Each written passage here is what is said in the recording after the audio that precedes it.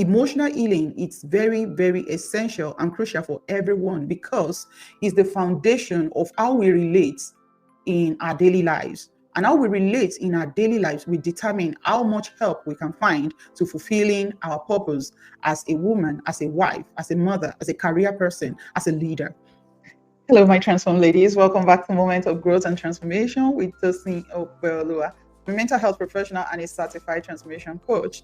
I make videos and podcasts that help women find purpose, profit with their purpose, and become a better version of themselves through transformation teachings. Today, I'm going to be talking about how women can actually fulfill their purpose despite the situation around their life, despite the situation in the community, despite the situation in their world, despite what is going on in our lives, how we can actually still go ahead and fulfill our reasons for existence. So a quick story.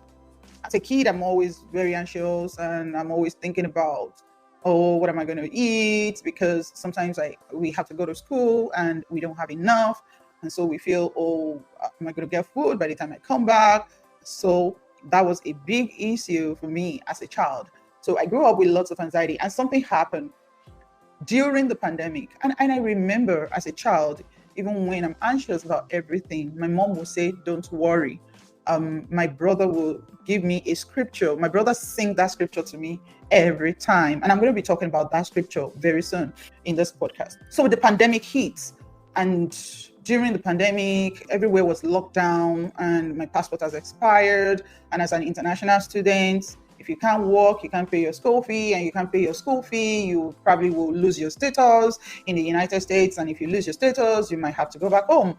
And I became very, very anxious about the whole situation. I couldn't concentrate on my academics. I started having issues with schoolwork. I was late on delivering assignments because I'm constantly thinking, and I was stressed, very, very stressed.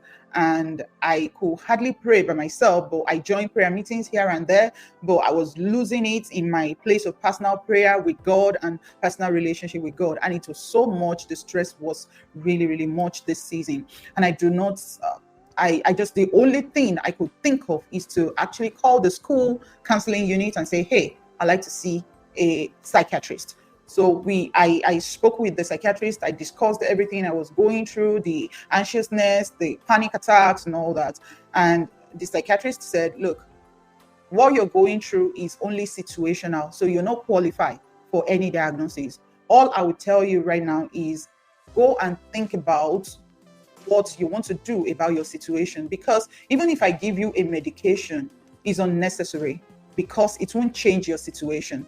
So you need to think about what will change your situation. So as a child of God, I went back to God and I said, Lord, please give me the power to change the situation, because I know that you have all the power in heaven and earth to change this situation for me. God bless all my friends wherever they are. So one of them reached out to me and said, hey, so person said the embassy is open in Washington, whereas I already paid in Atlanta. So I found another money. I paid another fee in Washington, D.C., but I never had an appointment. So I said, okay, I'm going to go ahead and just go for the appointment without having an appointment, just show up at the embassy without having an appointment. So I gathered all resources. My friends supported me and I flew down. I wanted to drive, but some of my friends said, no way, you're not going to do that. So they really supported me. They stood by me. They supported me in cash, in kind, and everything. So I flew down to Washington, D.C. I stayed with a friend of mine there in Maryland, and I showed up at the embassy on Monday morning, and the guy that showed up said, do you guys have an appointment? I said, no, I don't have an appointment, but I'm about to lose my status as an international student because I couldn't work simply because my passport has expired. Let me chip in this. Even if there is no pandemic, make sure that if you're an international student, when your international passport is about to expire, maybe in 6 months, make sure that you go there and renew in 6 months, even before it expires. So that was what happened.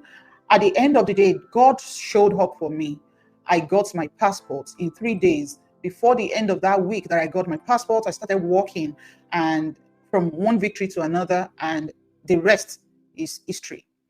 Now, the situation was what needs to change. There was no need for medication. However, the first step that I took was identifying that something is wrong and I need to talk to someone. I was really afraid of not being able to achieve my reason for coming to the United States. And that was the main fear that I had at those periods that makes me to become anxious. But remember, you can't ignore what you are feeling in your mind because they have the capacity to create issues for you. Proverbs chapter 4 verse 23 says, be careful of how you think. Your life is shaped by your thoughts. And I like how King James Version says, guide your heart with all diligence, for out of it are the issues of life. So what is going on in your mind has the capacity to either pull you up or pull you down. And when you are being pulled down is an issue, when you are being pulled up is also an issue. Depending on the direction that your thought takes you, it will determine whether the thought is positive or negative. So when something is going on in your mind, don't keep quiet. Make sure that you go for an evaluation. And that was the first thing I would tell anyone who is willing to move forward and still fulfill their purpose despite what is going on in their life and around their life. The second thing that you need to do is when they give you medication after your evaluation, in my own case, the doctor determined that is the situation. And when the situation was over, everything was over. If you have to take medication because you qualify for a particular diagnosis, do not hesitate to take the medication that they give you. Because why? It's going to help you stabilize. And after some time, if you get into remission, they can choose to stop giving you the medication or reduce the dosage. The next thing you want to do is accept that whatever people think or say about you is their own problem. That is not your problem. What people say about your well-being, about your mental health is not your problem. Your own problem is to focus on becoming a better you so that you can fulfill God's purpose for your life. And you need to do whatever it takes for you to fulfill the reason for your existence. Remember, you always have your own role to play when it comes to purpose fulfillment. The next step you need to take if you are going to still fulfill your purpose despite what is going on in your mind and around your life is to be able to clarify your purpose. Once you are able to clarify your purpose and you create actionable activities around you on daily basis to bring it to fulfillment, is going to help you to have a reason for waking up every day. For example, if you are depressed and it feels like you don't want to stand up, you lose every motivation to do anything for yourself and for your life. One of the things that will help you to keep you going in life is when you understand your reason for your existence, which is your purpose. When you understand the reason and you understand the people that God has sent you to, and you understand the why behind behind that vision or that mission, it becomes a lifestyle for you to want to do something to bring that to fulfillment. So even when you are depressed, even when you are anxious, even when things are not going well for you, I tell you, even people with chronic mental health or mental disorder, it's not happening to them 100% of the time in a day. There are seasons, there are moments when they feel okay. There are seasons, there are moments when they feel all right. So when it feels like there are moments or there are seasons that you don't feel like doing something, what you should do is to bring up where you wrote your visions and your actionable daily goals and say, hey, this is what I need to do today to move towards fulfillment of my vision. And you will see that the strength will come for you when you do that. Next thing is you need to become more self-aware. And when I say more self-aware, you need to start constantly. I keep saying this, and I think I had this from Joyce Meyer. I'm not going to take credit for it. She's in one of our books, or probably one of our messages. I listened to it like 20 years ago now, and it stuck with me. Constantly think about what you are thinking about. Because many of us just think without thinking about what we are thinking about. And so we allow all kinds of thoughts. And thoughts are like a flood. You are actually supposed to allow them to flow by. Sometimes you watch them just flow. Or you can interrupt them by focusing on something else to feed your mind with. And that's why you see, you can hardly get to my office or around me without hearing music. My life is music. That is how I feel my life. That is how I feel my mind. And I feel my mind with the right music, with music that commands the presence of God. That is how to survive this generation that is full of all kinds of things on the social media.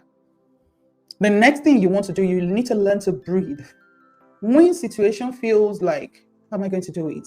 What is going on? What am I going to do? Learn to breathe. Tell yourself, breathe. Just tell yourself, breathe. When you learn the act of breathing, there is something we call the box breathing. You can count to 1, 2, 3, 4 and breathing.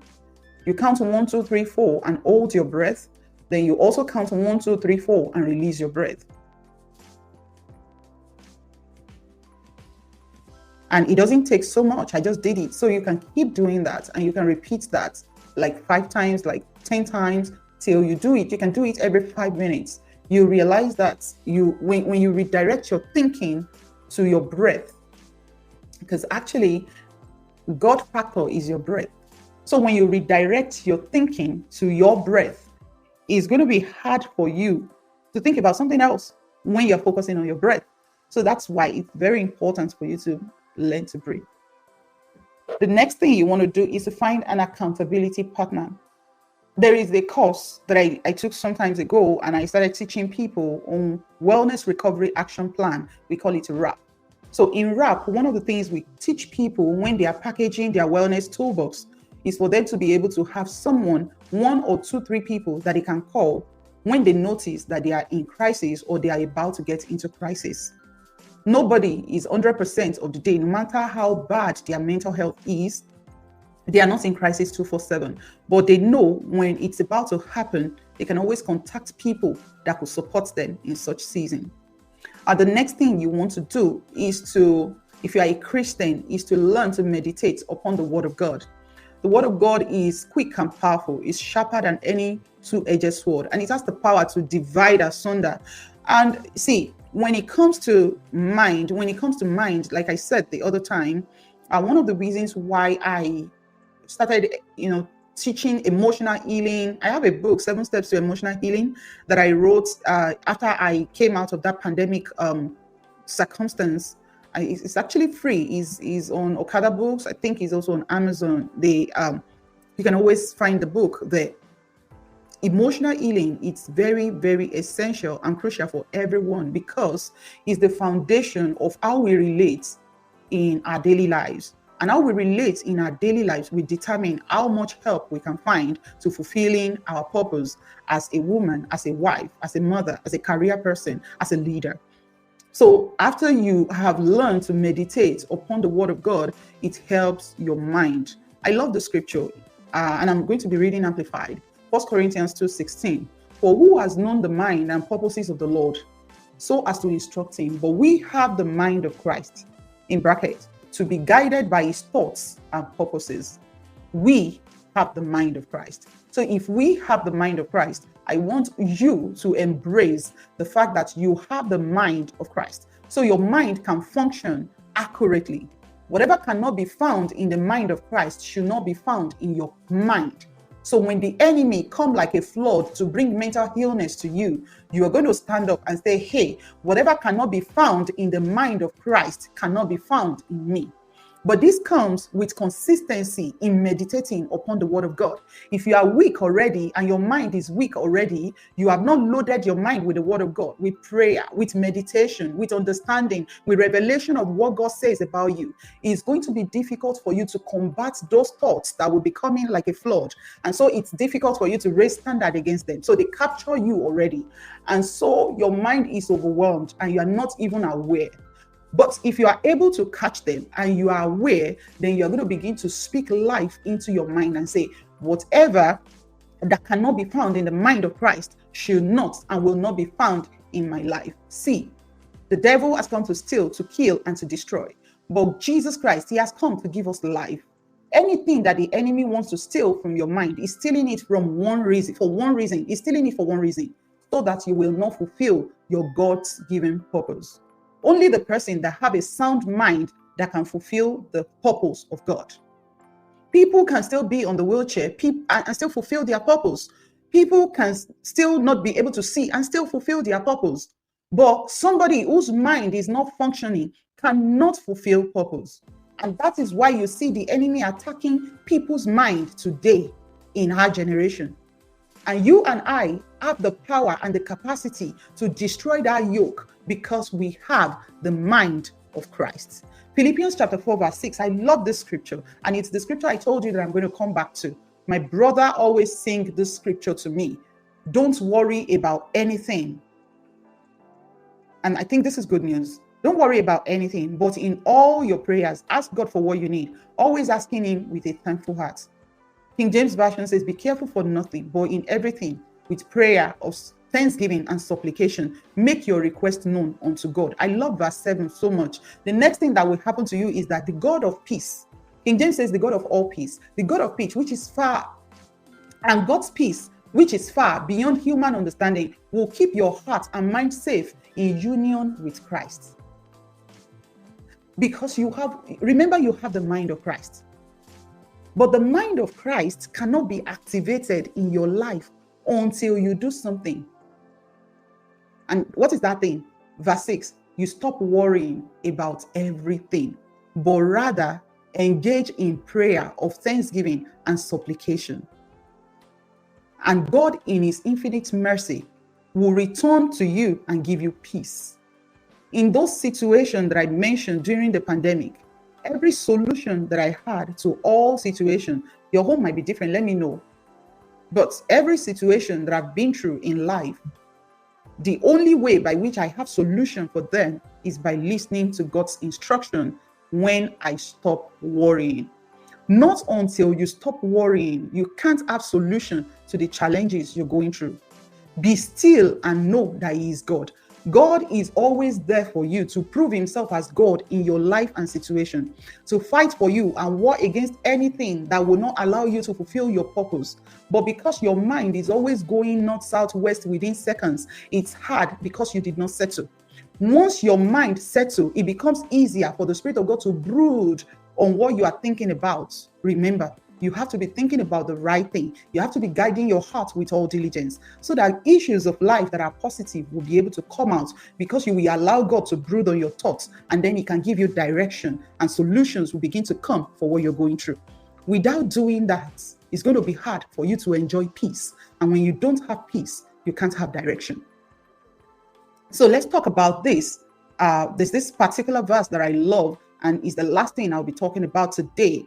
When everything becomes very hard, when it becomes very tough, when you wake up in the morning and you don't feel like standing up, when you wake up in the morning and you feel like sleeping forever, when everything becomes irritating, when it's hard for you to concentrate, when it's so bad that you lose interest in everything, you're going to tell yourself, Philippians 4 verse 13, I have the strength to face all conditions by the power that Christ gives me. King James says, this is good news. King James says, I can do all things through Christ that strengthens me. Christ has empowered you with the power to fulfill your purpose and your reason for existence. But your mind must be at rest. Your mind must be at rest so that God can be able to brood on it, to give you direction on a daily basis.